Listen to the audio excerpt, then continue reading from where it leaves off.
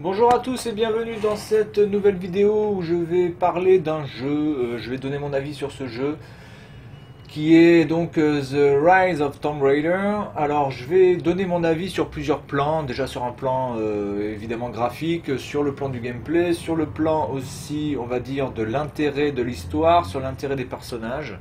Je vais essayer de faire ça on va dire de manière assez organisée. Ce qui n'est pas facile. Alors moi je sais vraiment pas comment les gens arrivent à jouer à des jeux tout en étant bons et en même temps en parlant. J'avoue que là c'est, je dis respect à ces gens-là.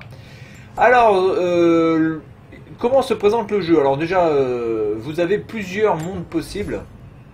Vous avez la partie syrienne.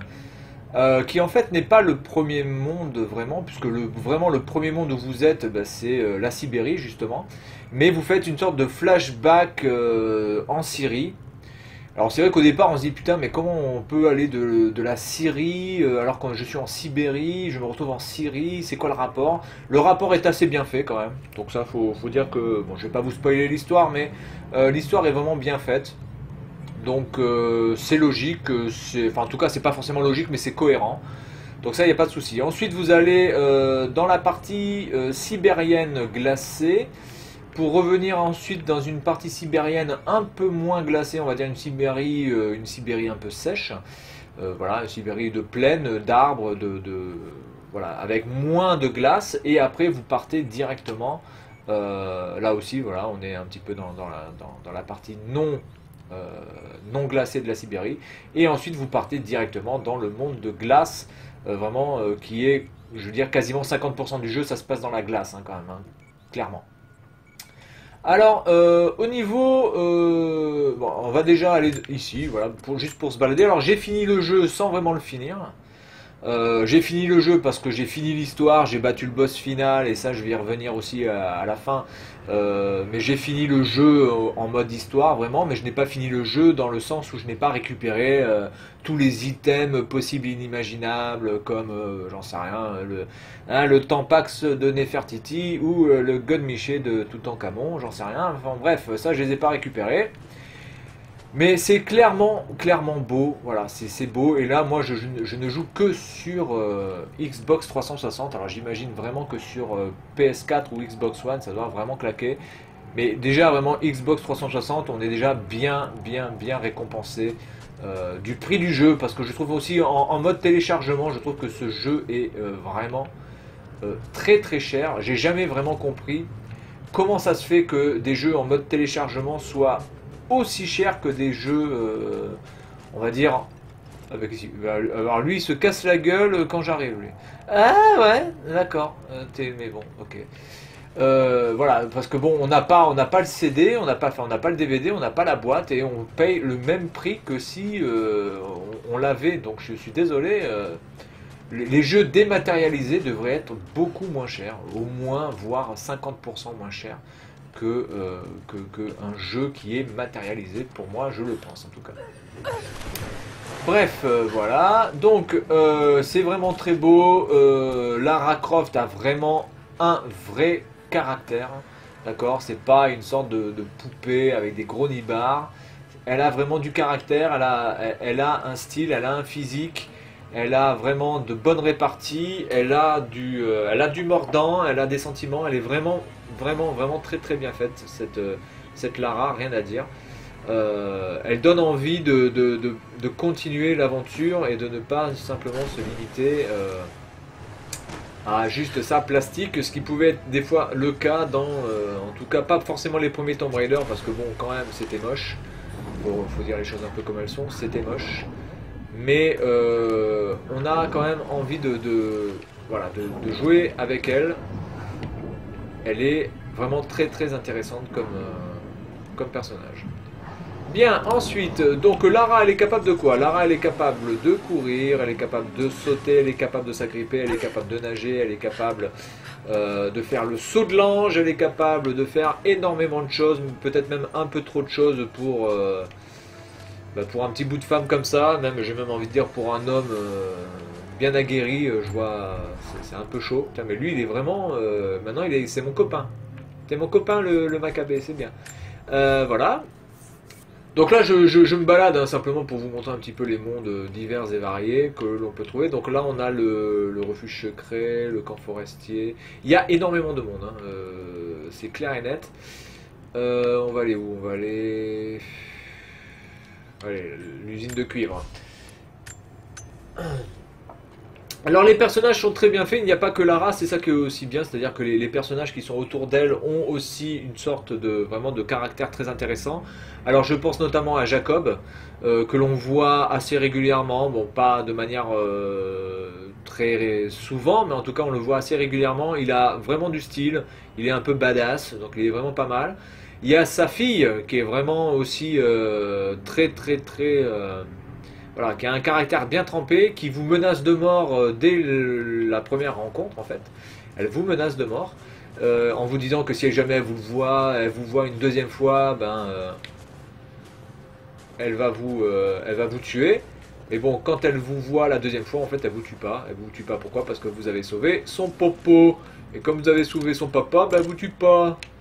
Vous pouvez donc créer des flèches au fur et à mesure que vous ramassez, alors soit des champignons vénéneux, vous pouvez créer des flèches empoisonnées. Si vous récupérez par exemple des pierres, je sais plus c'est quoi le nom de la pierre, vous pouvez créer des flèches, des flèches explosives. Voilà. Donc là par exemple je vais mettre une flèche empoisonnée. Hop. Ah non c'est pas comme ça. C'est pas la flèche empoisonnée, c'est avec celle-ci.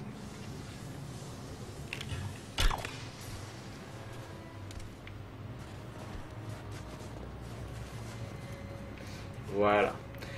Donc les flèches empoisonnées, hop. Donc c'est vraiment pas mal, hein, parce que vous pouvez vraiment faire plusieurs types de flèches, plusieurs types d'armes. Vous pouvez, selon les ennemis, utiliser tel ou tel type de flèche. Notamment par exemple là quand ils sont à 3, c'est quand même pas mal de faire ça. En plus si on veut le faire de manière... Mais lui il me voit pas là-bas. Là. Il me voit pas lui. Ah tu me vois pas t'es...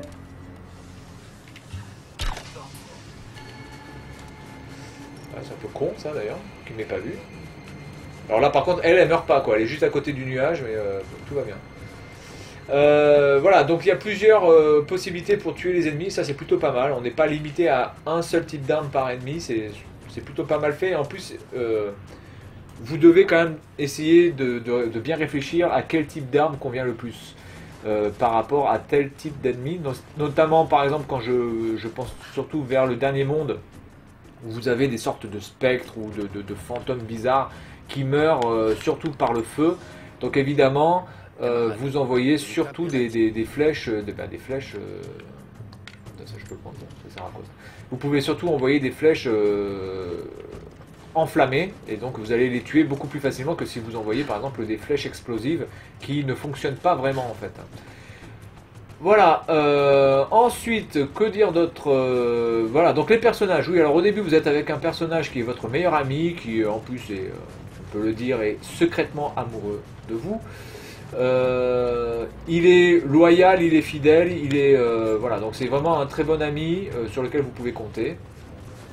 Vous faites aussi, on fait aussi la connaissance de notre belle-mère, donc la dernière personne qui a vu notre père, qui vivait avec notre père, donc le père de Lara Croft. Hop, donc là, je vais mettre de l'explosif. Hop, voilà.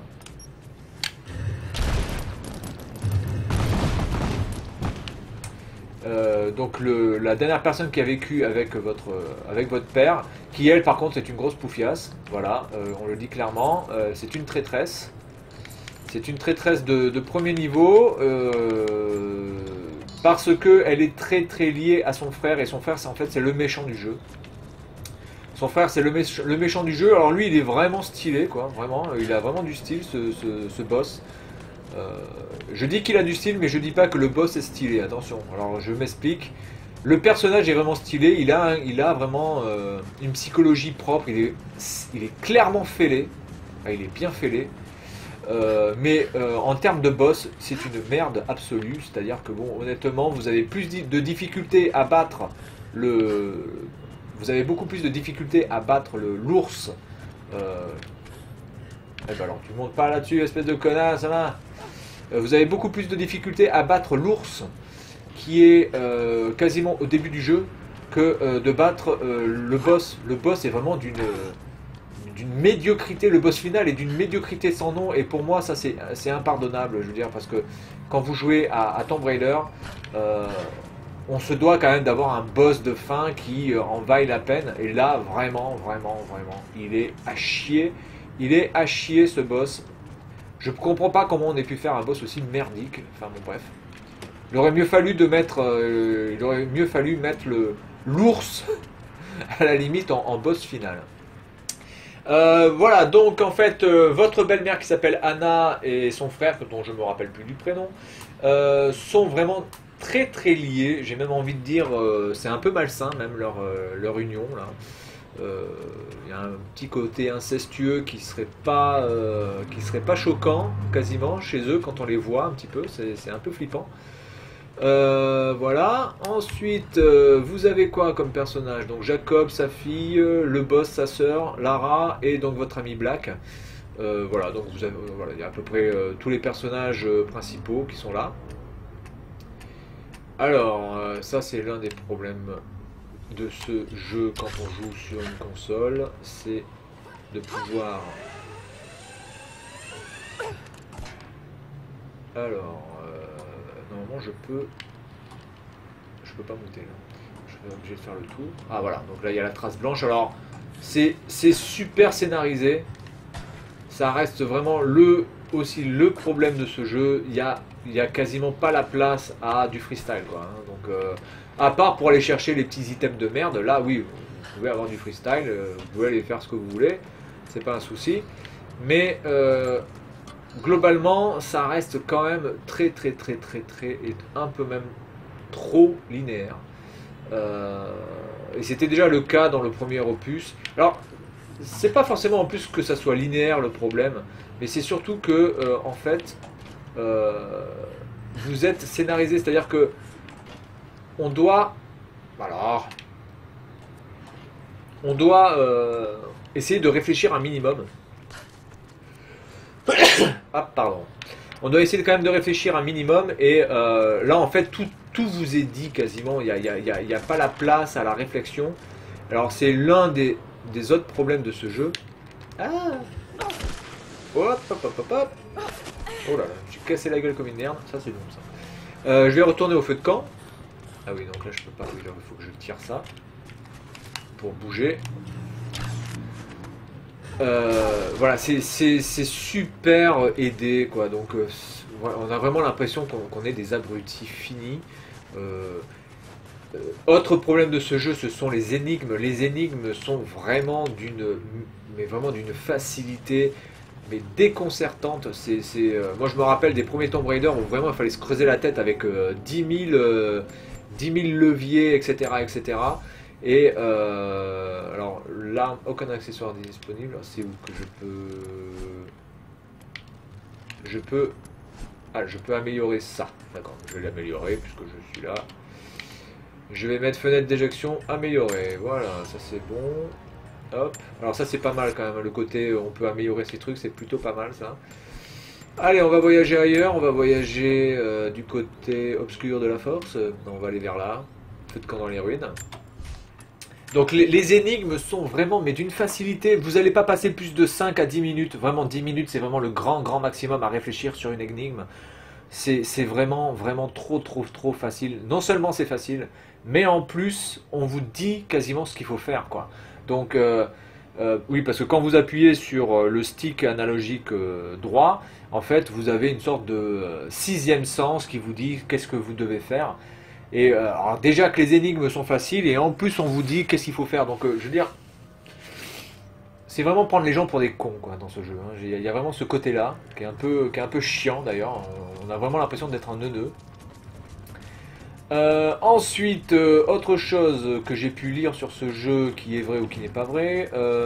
Oui, il y a beaucoup trop d'ennemis humains. Je veux dire, à un moment donné, c'est n'importe quoi. Vous retrouvez avec 10, 15 personnes à tuer, quasiment 2, 3, 4 fois de suite sur une carte. Donc vous tuez quasiment une trentaine, une quarantaine de personnages. Je veux dire, c'est complètement bidon. Ça n'a aucun sens en fait. Salut toi, comment tu t'appelles? On parle tous les deux. Ouais, t'es pas belle, dis, on aurait pu te laver le Qu'est-ce que cul. je peux faire? Quoi? Jacob m'a dit que vous aviez un don pour Ouais, l'exploration. j'ai un don pour l'exploration, je vais Le t'explorer reste la est chatte, connasse. scientifique. Donc voilà, donc là en fait j'ai envie de me casser et on voit là, ça c'est complètement stupide, j'ai envie de me barrer et l'autre elle reste là comme une truie quoi. Ça je peux pas le Le lire. prophète et ses fidèles se sont enfuis. Ils ont été attaqués. En Syrie. Bon, voilà, j'ai gagné de l'expérience, c'est bien. Donc il y a beaucoup trop de méchants en fait. Il y a trop de méchants et en plus ils ont vraiment une intelligence artificielle vraiment limitée. Alors ça je vais peut-être pas trop critiquer là-dessus parce que j'ai joué en mode normal. Maintenant si on joue vraiment en mode hard, peut-être que vraiment les méchants vous défoncent la gueule. Mais on va dire qu'en mode normal, bon vous allez recommencer quelques fois les missions, deux, trois fois, mais c'est vraiment pas très compliqué en fait. Ensuite, oui, alors j'ai vu sur une critique, alors je sais plus laquelle c'est, je sais plus, je connais plus le nom du site, je sais pas si c'est pas, enfin, je sais pas si c'est pas Gamecult ou je sais pas quoi, enfin bref, qui disait que en point positif, il y avait les monstres, enfin les monstres, les animaux sauvages, vraiment, ça c'était bien, les animaux sauvages sont vraiment bien et tout, bien dispersés, bien, bien représentés. Excusez-moi, des animaux sauvages, il y en a deux. Il y a deux animaux sauvages, quoi. Il y a deux animaux sauvages qu'on se fait chier à tuer. Il y a l'ours et il y a une sorte de puma, ou je sais pas quoi, je sais pas c'est quoi comme animal, un puma. Enfin, voilà, je pense que c'est un puma ou en tout cas un tigre des montagnes. Voilà, il y en a deux. Il y a deux putains de monstres, quoi. Enfin, deux monstres. Il y a deux putains d'animaux. C'est tout. Il y en a pas 36, il y en a deux. Et l'autre, et le mec vous sort, ouais, alors les animaux, vraiment, dans ce jeu, c'est bien, hein, ils sont vraiment coriaces, on se fait chier et tout. Ouais, il y en a deux, quoi. Il y a deux, il y a l'ours et il y a le tigre des montagnes. Alors, avec ça, on va pas aller loin, j'en ai pas vu d'autres, hein, honnêtement. Quoi d'autre? Ensuite, sur l'histoire en elle-même. Alors l'histoire en elle-même, évidemment, on est dans l'Indiana Jones total, où il fallait récupérer un artefact de ceci pour avoir la vie éternelle. Et votre belle-mère, elle a absolument besoin de cet artefact. Oui, alors je vais vous montrer la vue sixième sens, voilà, c'est ça. Donc on vous dit grosso merdo qu'est-ce qu'il faut faire, hein. Ok, donc ça... Mais là, je fais juste ça pour vous montrer quelques mondes, hein. C'est pas pour vraiment jouer en soi, puisque je l'ai fini en plus, donc je m'en fous.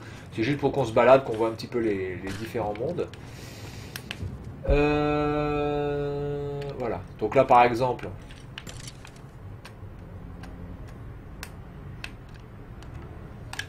hop, voilà.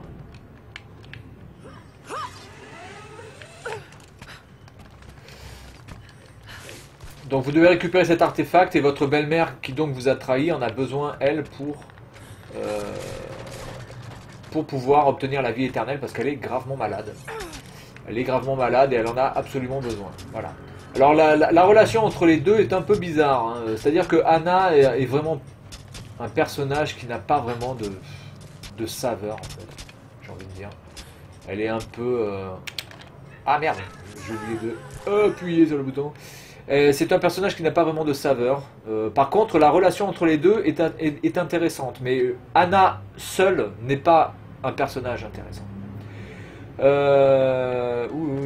est mon feu de camp? Où est mon feu de camp? Je sais plus où j'ai foutu mon feu de camp. Je sais pas où il est.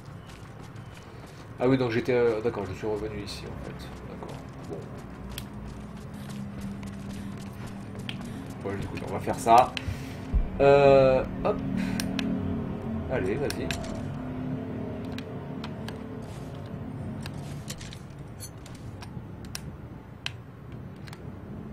Hop. Allez, c'est parti.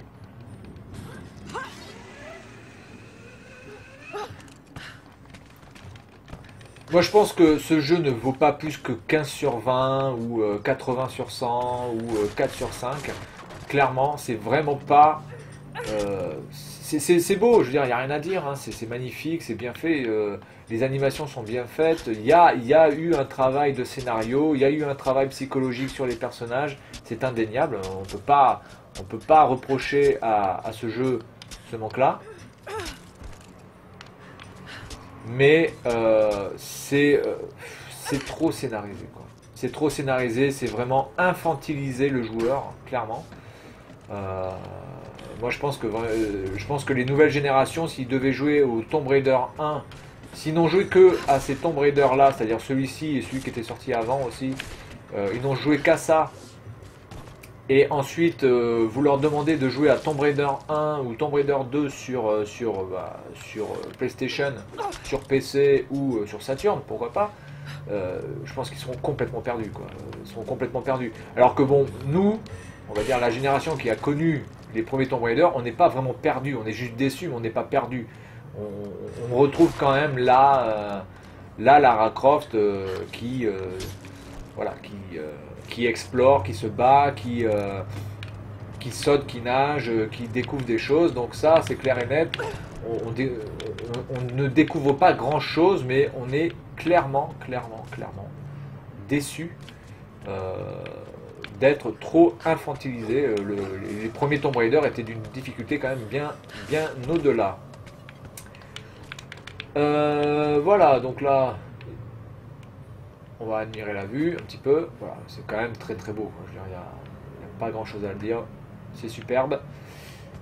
Quoi d'autre aussi? Oui, alors il y a des fois c'est quand même un peu n'importe quoi, puisque vous allez avoir Lara qui va tuer des méchants et qui en même temps va faire exploser des portes, mais qui en même temps va sauver des gens et qui en même temps va éviter des balles et qui en même temps enfin, je veux dire, va s'enfuir et tout. Enfin, je veux dire, elle fait, c'est même plus à un moment, c'est même plus crédible. Je veux dire, quand même, Tomb Raider, il doit y avoir quand même un côté un peu crédible sur le personnage, sur ses capacités. Même si, évidemment, ça n'existe pas, une fille ou un mec qui serait capable de faire ça, on est tout à fait d'accord. Mais il faut quand même qu'il y ait un côté un peu réaliste. Là, il y a des fois, on se dit, mais la meuf, je veux dire, vous mourrez 10 fois. C'est pas possible. On ne peut que mourir, quoi. Donc, et elle ne meurt pas, elle ne meurt pas. C'est à peine si elle saigne, hein, grosso merdo, c'est à peine si elle saigne. Oui, il est où mon feu? Parce que là, j'étais arrivé par là. Donc mon feu de camp ne doit pas être très loin.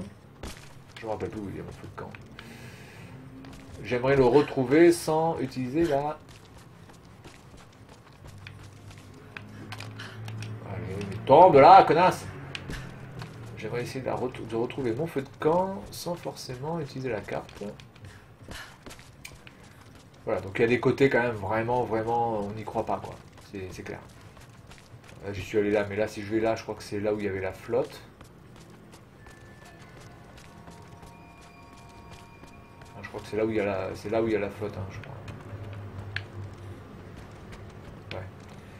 Donc c'est là où il y a la flotte. Où il est où mon feu de camp? Alors la map, il faut appuyer sur le bouton Select. Zoom arrière, zoom avant, RT. Il est où mon feu de camp?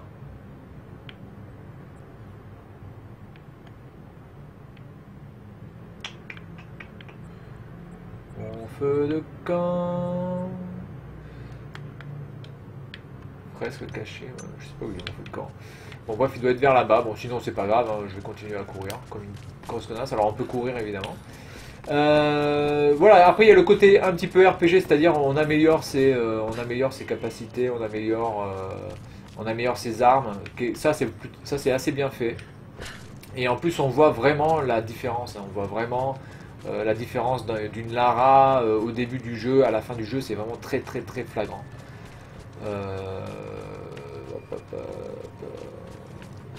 putain, il est où mon putain de feu de camp de bordel de merde?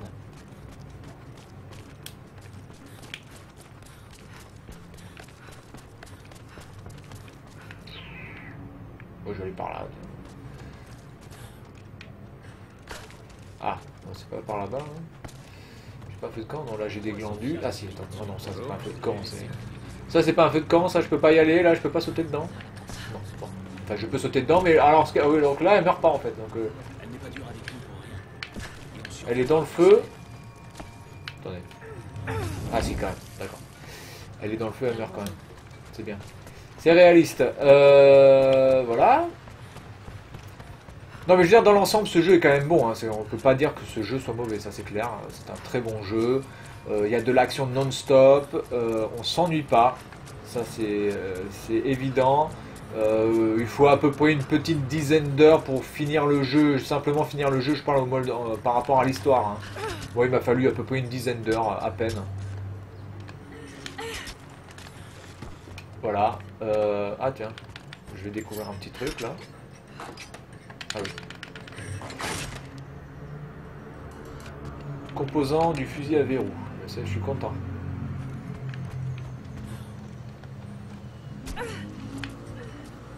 Mais c'est bon. T'es une femme ou pas là? Tiens, je me rappelle pas être allé par là. Tiens, je connais pas du tout. Mais, voilà, je vais découvrir un petit peu ce monde parce que là, je ne me rappelle pas du tout être passé par là. Voilà, donc on va découvrir. Alors évidemment, quand vous faites des découvertes pour aller chercher des tombeaux, etc., vous pouvez avoir la liberté d'aller un peu où vous voulez. Il y a un côté exploration qui est pas mal. Mais je veux dire, quand vous suivez le mode histoire, tout est vraiment tramé, quoi. Il y a pas, on n'a pas vraiment la liberté de faire ce qu'on veut. Je vais pas. Ah, attendez, il y a un truc là-haut, là. Je peux aller lire. Alors quand vous lisez des trucs, vous pouvez aussi progresser, gagner de l'expérience. Ces directions. Hop. Voilà, mais encore une fois, je reste un petit peu déçu. Il serait bien quand même de faire un Tomb Raider avec moins d'ennemis. Avec évidemment plus d'animaux, ça c'est clair et net. J'avais lu hein, cette critique et elle est justifiée, en effet. Il faudrait quand même beaucoup plus d'animaux. Il faudrait plus d'animaux. Aussi, on va dire, un peu plus de liberté. Oula, attendez, parce que là, en fait, il me sert à quoi ce truc-là? Je peux le tourner ça? Et des énigmes aussi qui en valent la peine. Quoi.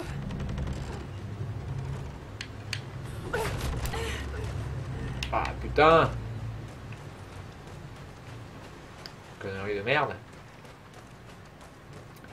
Des énigmes qui soient vraiment pas des énigmes on va dire de puceaux quoi, parce que on a vraiment l'impression d'avoir 5 ans quoi.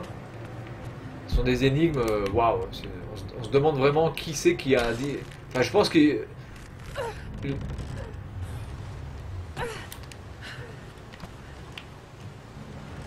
Ok.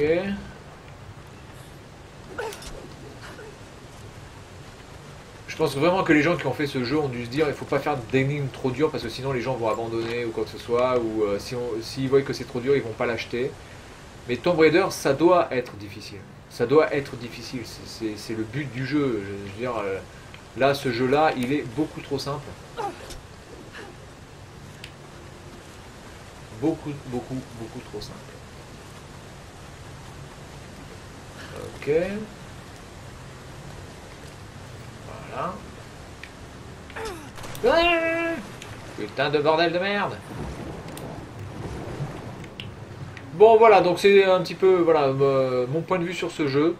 Tomb Raider, The Rise of Tomb Raider, c'est plutôt pas mal, vraiment. On n'a pas vraiment à se plaindre de la qualité du jeu. Il y en a pour son argent, clairement. Même si encore une fois, je trouve que le prix était un peu abusé. Je pense quand même qu'il devrait être beaucoup moins cher, surtout en version dématérialisée. Bon, tu l'allumes ta lumière ou quoi là, Poufias? Bon. Oh putain. Bah du coup, j'aurais pas dû faire ça.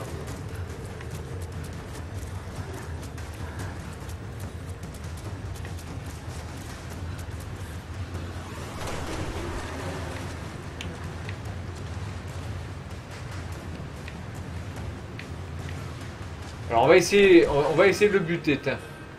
Par contre, il est clair que les animaux sauvages, alors par exemple l'ours ou le tigre, etc. Enfin le tigre des montagnes, le puma, enfin, comme vous voulez, ils font vraiment flipper. Je veux dire, quand vous êtes vraiment poursuivi par l'ours, Je peux vous dire que l'ours, il en impose, il a vraiment, il fait vraiment flipper sa mère. Hein. Mais quelque chose de vraiment de puissant. Il est monstrueux, l'ours.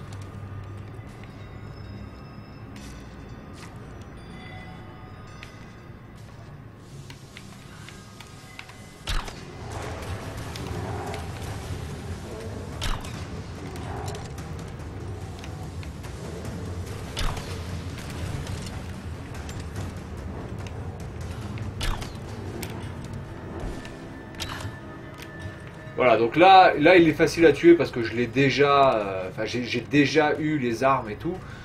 Mais je peux vous dire que quand vous commencez le jeu, regardez-moi quand même la taille du bestiau,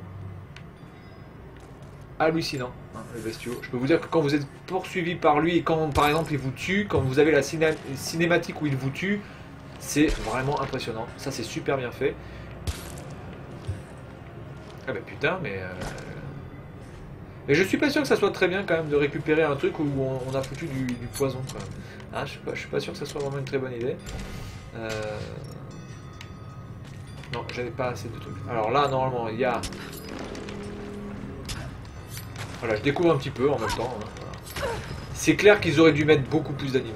Beaucoup plus d'animaux. Il y avait largement de quoi faire de mettre des animaux qui font vraiment flipper, qui sont vraiment sauvages, qui vous fassent chier, des animaux volants, des animaux rampants, des animaux qui courent. Il y avait vraiment la place de faire quelque chose de vraiment beaucoup plus intense. Le jeu est déjà assez intense, mais je pense qu'en intensité, quand vous avez autant d'animaux comme par exemple cet ours qui est monumental, hein, ça donne vraiment une intensité qui limite vous fait transpirer, quoi. Bien, alors je vais voir où ça me mène, et puis on va s'arrêter là. Donc c'est un très bon jeu, mais c'est clairement pas non plus... on va dire que c'est un chef-d'œuvre dans le sens... dans le sens où c'est super beau, mais c'est pas la référence quand même des Tomb Raider, je pense, pour moi. Il y a beaucoup mieux, en tout cas il y a beaucoup plus passionnant. Voilà.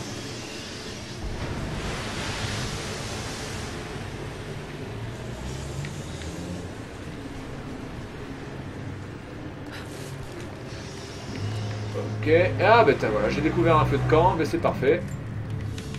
Voilà, j'ai tout découvert un autre feu de camp. Alors je sais pas combien il y en a de feux de camp, là j'en suis déjà à 36. Je pense qu'il doit y en avoir à peu près une quarantaine, une cinquantaine de feux de camp à peu près. Donc voilà, je vais me mettre là. Et voilà, alors peut-être que je vais aller au boss final. Merde, c'est pas ça que je veux faire.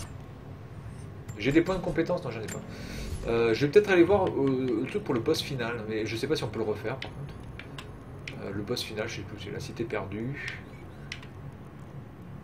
Le dernier précipice. La porte de la citadelle. Flèche cassée.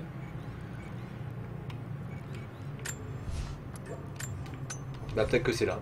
En tout cas, le boss de fin est minable et ça a vraiment détruit tout l'intérêt que j'avais pour ce jeu jusqu'au boss final. Parce que quand j'ai vu quand même qu'il fallait 2 coups pour le tuer, je veux dire, bon, c'est juste pas possible, quoi. Un boss final, ça mérite quand même beaucoup plus d'attention et là, c'était vraiment très limite. Ah, Constantin, voilà. On dit Anna et Constantin sont morts et les Trinitaires sont défaits. Constantin, il s'appelle, voilà. Alors, Constantin qui est vraiment bien allumé. Vraiment bien allumé du cul. Voilà, il faut aller là-haut. Bref, voilà, donc c'était mon petit avis sur ce jeu. Très bon, mais qui n'a pas non plus de quoi. Il n'y a pas de quoi non plus voilà, se pavoiser. Ça vaut pas un Shenmue, ça vaut pas un Zelda, ça vaut pas non plus un Metal Gear Solid, bizarrement. Il y a un côté infiltration qui est quand même pas mal. On peut vraiment se planquer, on peut vraiment essayer de jouer les choses dans la finesse. Seulement, il y a des fois où, par exemple, dans ce monde-là, où vous commencez de toute façon directement à être capté par les ennemis. Donc, quoi que vous fassiez, vous êtes de toute façon capté par les ennemis. Vous n'avez pas d'autre choix que de vous battre. Ça c'est un peu aussi dommage. Ah d'accord, mais là, il n'y a pas un bug là quand même, la meuf là? D'accord, donc là elle est morte comme ça. Ben voilà, donc c'est tout pour cet avis sur ce jeu. Et je vous dis à la prochaine.